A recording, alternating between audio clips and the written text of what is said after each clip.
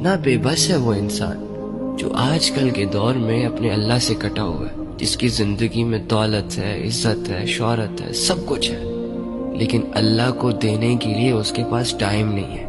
روزانہ نہ جانے کتنی اذیتوں سے گزر رہا ہوگا وہ شخص، کن جنگوں کے حوالے ہوا ہوگا وہ۔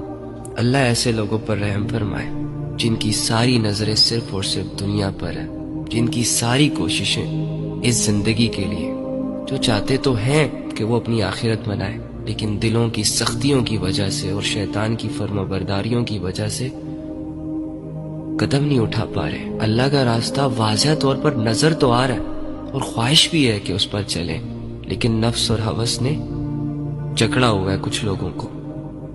پلیز آپ لوگ کبھی بھی اپنی زندگیوں کو اللہ کے بغیر نہ گزاریں۔ اگر آج سے پہلے آپ لوگوں کی زندگیوں میں اللہ نہیں تھا تو آج کے بعد اللہ ہونا چاہیے۔